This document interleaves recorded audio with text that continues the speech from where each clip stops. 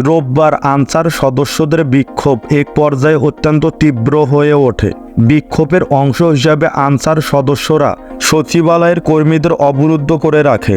পরবর্তীতে ছাত্র জনতা ও আইনশৃঙ্খলা বাহিনীর সহযোগিতায় আনসার সদস্যরা পিছু হটে। এই ঘটনার ফলে সমন্বয়ক হাসনাত মাহমুদ সহ অনেকেই গুরুতর আহত হন।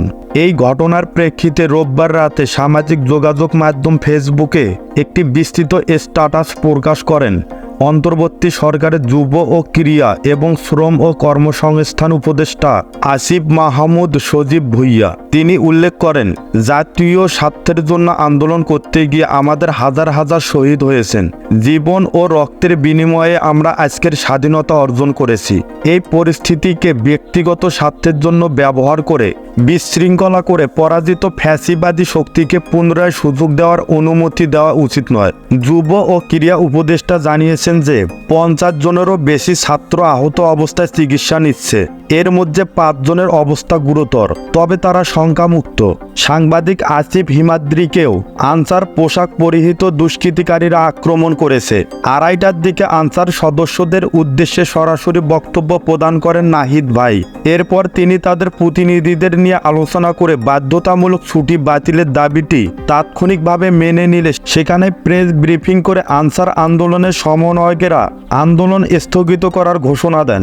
আলোচনার সময় তারা উল্লেখ করেন যে আন্দোলনের মধ্যে কিছু অনুপ্রবেশকারী এবং উগ্র মানসিকতার উস্কানিদাতা রয়েছে। তিনি উল্লেখ করেন যে আন্দোলন স্থগিত করার ফলে সাধারণ আনসারদের একটি বড় অংশ চলে যায় এবং সারা দেশে একইভাবে আন্দোলন স্থগিত করা হয়। তবে সন্ধ্যা 6টার পর একটি অংশ সচিবালয়ের গেটগুলো অবরুদ্ধ করে রাখে এবং ভিতরে প্রবেশের চেষ্টা করে।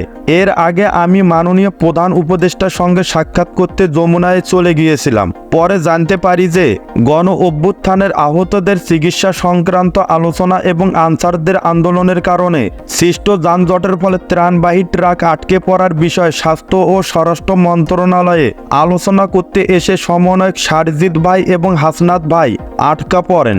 এছাড়াও সচিবালয়ে 7 জন উপদেষ্টা আটকে ছিলেন।